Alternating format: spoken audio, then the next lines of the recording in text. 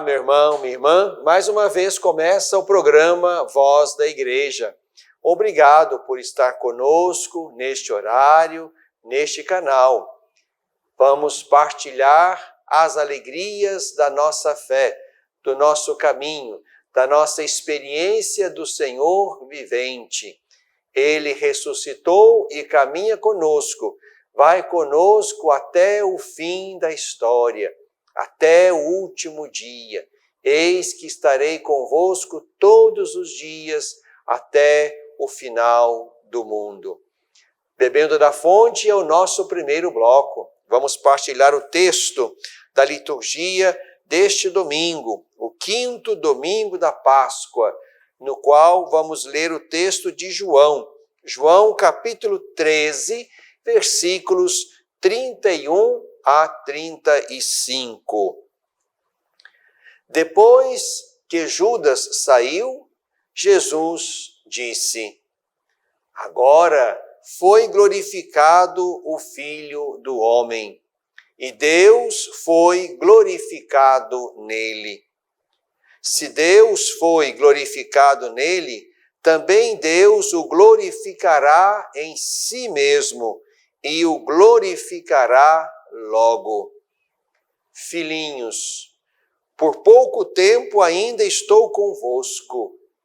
Vós me procurareis, e agora vos digo, como eu disse também aos judeus: para onde eu vou, vós não podeis ir. Eu vos dou um novo mandamento, que vos ameis uns aos outros. Como eu vos amei, assim também vós deveis amar-vos uns aos outros. Nisso conhecerão todos que sois meus discípulos, se tiverdes amor uns para com os outros. Meu irmão, minha irmã, vamos avançando no nosso tempo pascal, saboreando a presença do Senhor vivente. Não está no túmulo e está conosco no caminho, está na glória junto do Pai, para onde Ele levou a nossa humanidade, levando consigo os sinais da paixão, os sinais da encarnação. Tudo isso está guardado junto do mistério de Deus, pela subida do Senhor Jesus aos céus. Está lá, junto do seu Pai, está conosco no caminho da vida e da história. Estamos diante deste pequeno, importante, oportuno ensinamento de Jesus dentro do capítulo 13 do Evangelho de João. É importante situarmos este texto no seu contexto maior. O capítulo 13 é o capítulo no qual Jesus se põe à ceia com os seus apóstolos. É exatamente o momento, ao longo do Evangelho de João, é o momento em que chegou a hora de Jesus. É assim que começa o capítulo 13. Jesus, sabendo que chegara a sua hora de passar deste mundo para o Pai, tendo amado os seus que estavam no mundo, amou-os até o fim. Iniciou-se a ceia. Aqui estamos, então, dentro daquele ambiente bonito, forte, impactante de Jesus com os seus na última ceia, segundo o Evangelho de João. É aqui, logo no princípio desse capítulo 13, que Jesus, então, realiza o que nós já vimos e celebramos na Quinta-feira Santa, o lava-pés. Jesus levantou-se da ceia, tirou o manto, pegou uma toalha, amarrou a cintura, derramou água numa bacia e pôs-se a lavar os pés dos discípulos. Este é o contexto no qual Jesus, num longo ensinamento, vai também falar deste novo mandamento. A ceia, aqui no Evangelho de João, ocupa os capítulos 13, 14, 15, 16 e 17. E esse capítulo 17 é aquele da longa e bela oração sacerdotal do Senhor.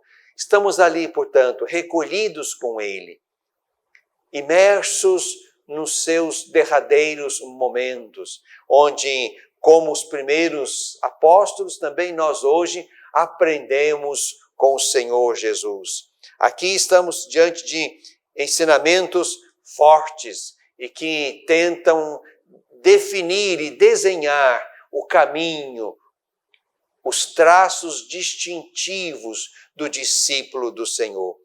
Aqui no quarto evangelho, a paixão é o lugar da glorificação de Jesus. A hora de Jesus no quarto evangelho é a hora da cruz, é a hora da glorificação. O texto de hoje começa dizendo que Judas, que recebeu o pedaço de pão molhado, agora sai. Era noite, diz o texto anterior. E depois, então, que Judas sai, Jesus revela que, de fato, o Filho do Homem foi glorificado. E Deus foi glorificado nele. Deus foi glorificado nele, Deus o glorificará em si mesmo e fará isso logo. A cruz é o lugar da glorificação. E é este lugar porque é o lugar onde Jesus expressa o seu máximo amor. Tendo amado os seus, Jesus amou-os até o fim. Máximo no sentido de ter amado até a última hora, mas também ter amado até a medida maior possível. Ninguém tem amor maior do que aquele que dá a vida pelos seus amigos. Aqui, então, diante desta oferta de si, dessa expressão máxima de amor, e por isso esse amor na cruz se torna glorificação, é aqui, nesse momento em que Jesus se prepara para ser glorificado pelo seu Pai, é aqui que ele dá, portanto, o novo mandamento. Eu vos dou um novo mandamento, que vos ameis uns aos outros. Mas aqui o novo não está no mandamento ensinado, que é o mandamento do amar.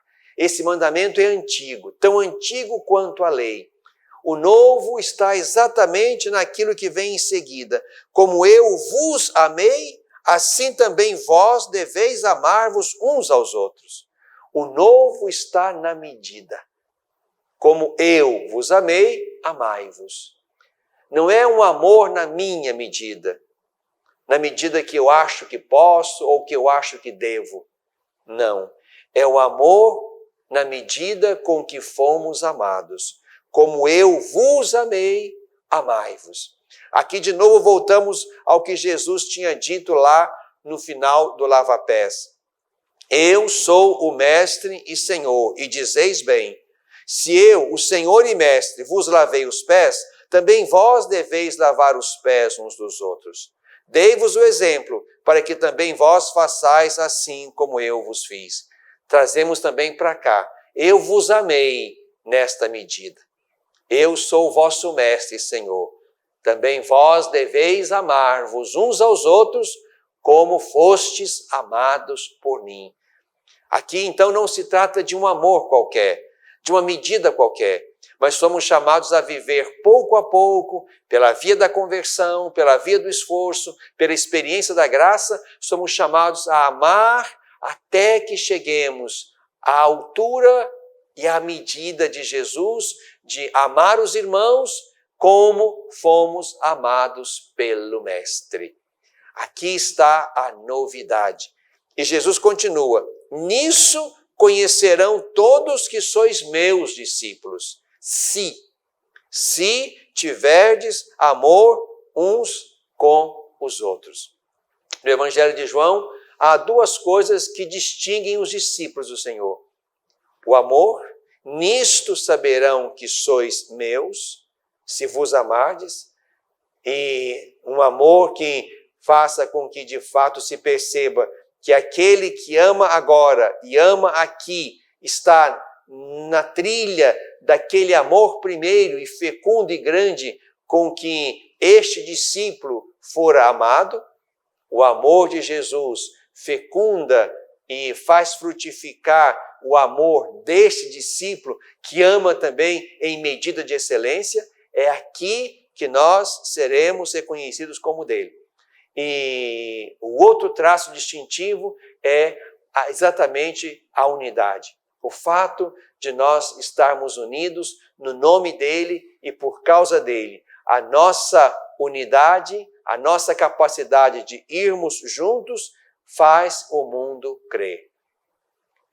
Como o Pai quer estar em profunda comunhão com o seu Filho e Jesus, o Filho, com o Pai, é nesta comunhão que nós somos inseridos também como discípulos, de modo que a nossa unidade, a nossa capacidade de conviver como irmãos, de construir unidade, aponte para a unidade trinitária e expresse que nós somos também do Senhor Jesus e estamos em comunhão com Ele e o seu Pai.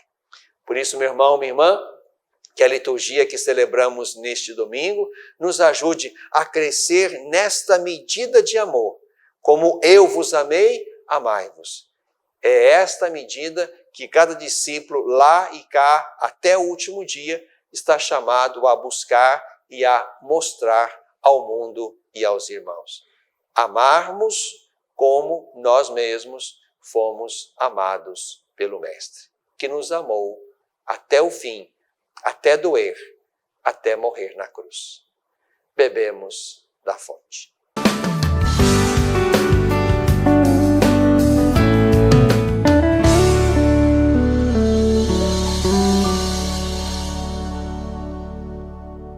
Olá, meu irmão, minha irmã. Estou precisando da sua ajuda para que juntos possamos zelar pelas vidas dos idosos que estão lá no nosso lar dos idosos.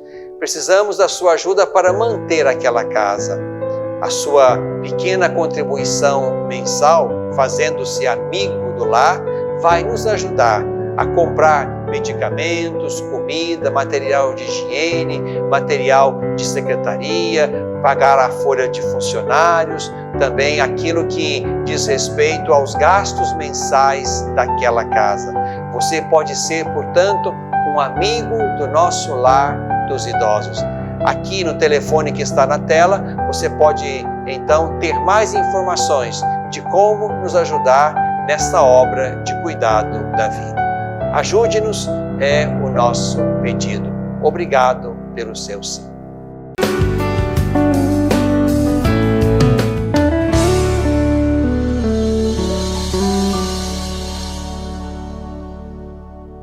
No coração deste tempo, vamos vivendo o tempo da Páscoa, tempo da verdade fundante da nossa fé, o Senhor Jesus que morreu, ressuscitou e vive, e nós com Ele. A nossa fé, portanto, implica em acreditar que este Jesus que morreu e ressuscitou é o Filho de Deus, o Verbo de Deus. A ressurreição, portanto, dá credibilidade, dá legitimidade, dá peso e valor a toda a vida de Jesus, a todo o seu ministério, a todas as suas palavras, que são palavras de Deus pronunciadas sobre a humanidade, na direção da humanidade.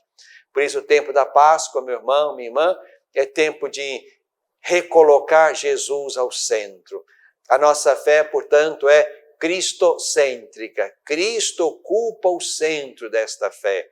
A nossa fé é cristológica, é a partir de Cristo que nós entendemos, interpretamos todas as coisas. E Ele mesmo é o centro e o alvo e o conteúdo da nossa fé, porque a nossa fé é crística. Crística, cristológica, cristocêntrica. Esta é a nossa fé cristã.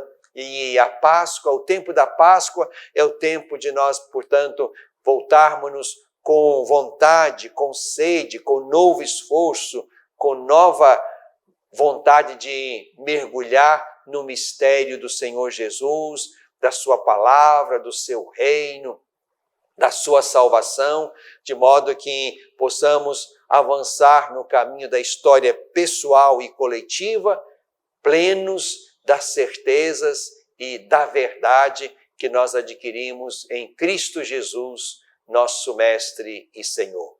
No primeiro bloco do nosso programa, Bebendo da Fonte, visitamos o texto do Evangelho deste quinto domingo da Páscoa, onde Jesus, de fato, nos apresenta, segundo o quarto Evangelho, um novo mandamento.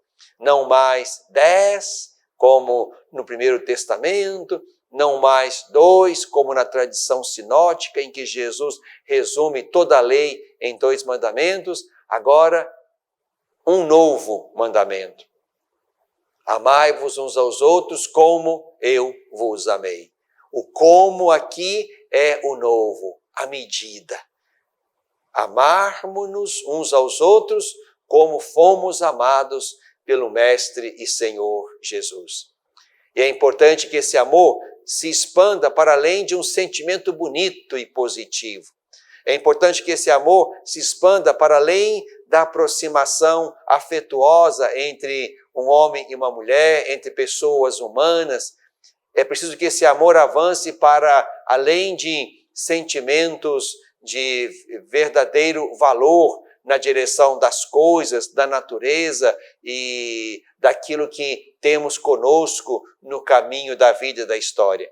Esse amor também precisa tomar dimensões grandes, dimensões maiores, dimensões sociais, dimensões cósmicas, para que esse amor não seja vivido tão somente na micro-relação, na pequena relação entre mim e o outro mais próximo, o outro de hoje, o outro de agora, o outro que está aqui diante de mim nesse momento. Mas esse amor que começa aí, esse é o lugar, digamos, miúdo, pequeno, micro, onde eu sou chamado a viver o meu amor discipular, mas esse amor precisa crescer também numa medida macro, numa medida grande, na direção de compromissos, de mentalidade, de olhares que me façam perceber que há algo grande a ser feito, a ser pensado, a ser construído. E eu participo deste algo grande, desse macro projeto, quando entro com meu amor pessoal, associando-me a outros discípulos que também, querendo amar em medida grande, vamos, portanto, juntos, pensando e construindo uma sociedade, um mundo marcado pelo amor, onde, de fato, seja este o sentimento que circule entre os que estamos no caminho da história. O Papa Francisco, na sua carta encíclica que ele chamou de Fratelli Tutti, e é um escrito precioso que vai completar 2 anos agora em outubro, foi no dia 3 de outubro de 2020, que o Papa Francisco, então, assinou lá em Assis esta carta apostólica Fratelli Tutti. Aqui o Papa, em certa altura, vai falar do amor político. E aqui é importante percebermos o que o Papa entende por isto. É um amor que pensa grande, é um amor que rompe a sua medida micro e avança para a sua medida macro. É o número 180, e 181 e 182 desta carta do Papa. Vamos comentar brevemente alguns trechos. Diz o Papa Francisco: reconhecer todo ser humano como um irmão ou uma irmã e procurar uma amizade social que integre a todos não são meras utopias. Exigem a decisão e a capacidade de encontrar os caminhos eficazes que assegurem a sua real possibilidade. Todo e qualquer esforço nesta linha torna-se um exercício alto da caridade, um exercício alto do amor. Um indivíduo pode ajudar uma pessoa necessitada, mas quando se une a outros para gerar processos sociais de fraternidade e de justiça para todos, então entra no campo da caridade ampla, a caridade política. Uma coisa, portanto, é eu, e faço bem se ajo assim, eu ajudar uma pessoa aqui que hoje bateu a minha porta. Coisa maior e caridade maior é pensar uma sociedade onde a fraternidade e a justiça se instalem como valores verdadeiros. Trata-se de avançar para uma ordem social e política, cuja alma seja a caridade, o amor social. Convido, diz o Papa, uma vez mais, a revalorizar a política, que é uma sublime vocação. É uma das formas mais preciosas de amor, de caridade, porque busca o bem comum. A política é uma das formas mais preciosas de caridade, porque busca o bem comum, o bem maior. Todos os compromissos decorrentes da doutrina social da Igreja, e ela é bonita, importante e cada vez mais urgente.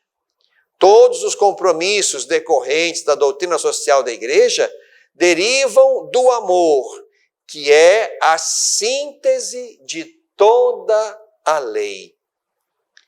Isso exige reconhecer que o amor, cheio de pequenos gestos de cuidado mútuo, é também civil e político, manifestando-se em todas as ações que procuram construir um mundo melhor. Por este motivo, diz o Papa, o amor expressa-se não só nas relações íntimas e próximas, mas também nas macro-relações, como os relacionamentos sociais, econômicos e políticos. Eu ajo certo se intervenho para ajudar uma pessoa a viver, a enfrentar as suas demandas, as suas carências. Mas a minha ação é maior e mais frutífera se eu intervenho em processos históricos e sociais, onde as pessoas não tenham necessidades, demandas e qualquer tipo de ausência ou de falta que lhes comprometa a dignidade. A política, portanto, é o jeito certo de organizar a sociedade.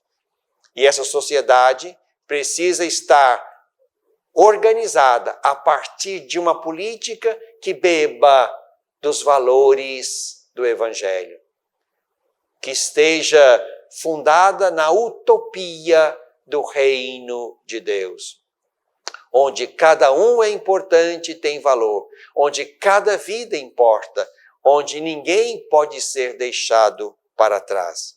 Por isso, é muito importante que entendamos que este amor social, esta caridade social, precisa também estar presente no nosso modo de estar no mundo e no caminho de Jesus. Não basta fazer o bem no nível pequeno. Juntos, como comunidade que crê e que também age e pensa politicamente, somos chamados a planejar e a realizar o grande bem que realizamos pela via da política, da boa política. no coração deste tempo.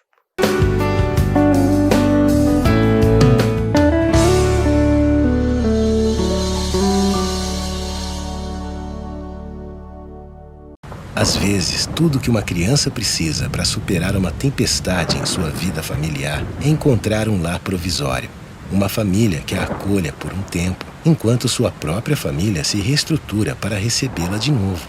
Essa é a proposta do Serviço Família Acolhedora: transformar as dificuldades de hoje em possibilidades de futuro.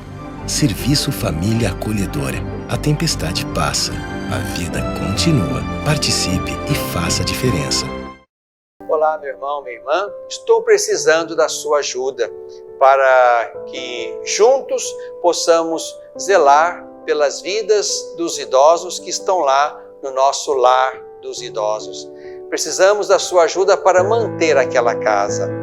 A sua pequena contribuição mensal, fazendo-se amigo do lar, vai nos ajudar a comprar medicamentos, comida, material de higiene, material de secretaria, pagar a folha de funcionários, também aquilo que diz respeito aos gastos mensais daquela casa. Você pode ser, portanto, um amigo do nosso lar dos idosos. Aqui no telefone que está na tela, você pode então ter mais informações de como nos ajudar nessa obra de cuidado da vida. Ajude-nos, é o nosso pedido. Obrigado pelo seu sim.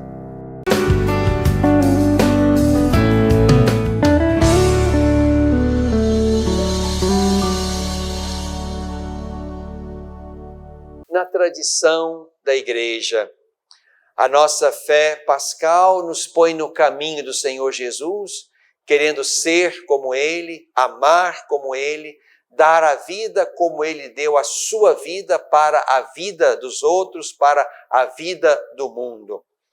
Este é o nosso processo de discipulado. Vamos atrás de Jesus para ser e fazer e pensar e amar como Jesus. Os santos fizeram isto, cada um na sua medida, cada um a partir da sua realidade, cada um a partir do seu modo de escutar e responder a Deus que o chamou para uma missão. Aqui na nossa Diocese de Divinópolis, temos certamente muitas pessoas que estão buscando com seriedade viver o caminho do Senhor Jesus, a fidelidade ao ressuscitado. E percebemos muitos e belos frutos de santidade, de conversão. Mas temos também, certamente, aí na sua comunidade, na sua diocese, temos também muitas pessoas que, com excelência, deram passos nesse sentido. E por isso foram também pensados e mantidos no coração e na memória da nossa gente, a ponto de circular ao redor desses nomes e dessas vidas, não é? Uma certeza acerca da santidade verdadeira deles. Aqui na nossa diocese está aberto o processo de beatificação e canonização do padre Libério Rodrigues Moreira. E este foi um dos nossos sacerdotes, falecido em 1980. Portanto, estamos há quase 42 anos da morte deste servo de Deus. O processo de padre Libério já foi concluído aqui na fase diocesana, já foi enviado para Roma, já está pronta a biografia oficial chamada Positio. Está pronta já esta biografia, que em breve vai ser estudada pelos cardeais e pelos peritos, a fim de que se possa reconhecer nesta história, nesta biografia, virtudes vividas com excelência. E assim que chegar esse momento, o nosso servo de Deus, padre Libério Rodrigues Moreira, atinge, portanto, o patamar da venerabilidade. Se tornará venerável Padre Libério Rodrigues Moreira. Quero convidar você, meu irmão, minha irmã, que não o conhece, para buscar conhecê-lo. Não será difícil encontrar textos, depoimentos deste homem bom e santo, segundo a nossa consciência. Aí onde você está, será fácil encontrar na internet informações, vídeos, a própria celebração, onde podemos viver aqui em nível diocesano, não é? A exumação dos restos mortais, o fechamento da caixa com o processo diocesano que foi enviado a Roma. Quero convidar você a rezar nesta intenção, a fim de que a nossa prece apresse o processo. E tenhamos também nós aqui, na nossa Diocese de Divinópolis, um digno exemplar, reconhecido pela Igreja como homem santo, porque se pôs e se manteve firme no caminho do Senhor, dando também a sua vida pela vida daqueles que o Senhor lhe confiou como sacerdote da nossa Igreja aqui na Diocese de Divinópolis, na tradição da Igreja.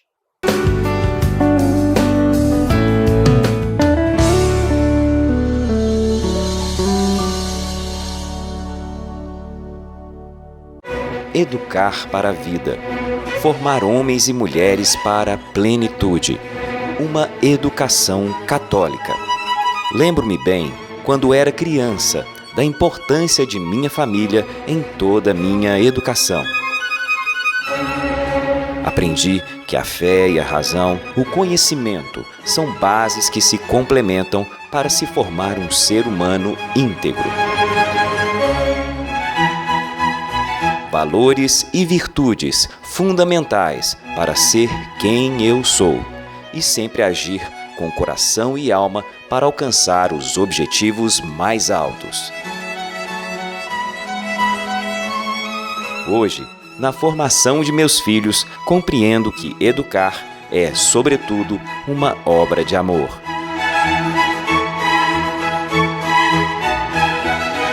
Colégio Magnífica. Educar para a plenitude. Pré-matrículas abertas.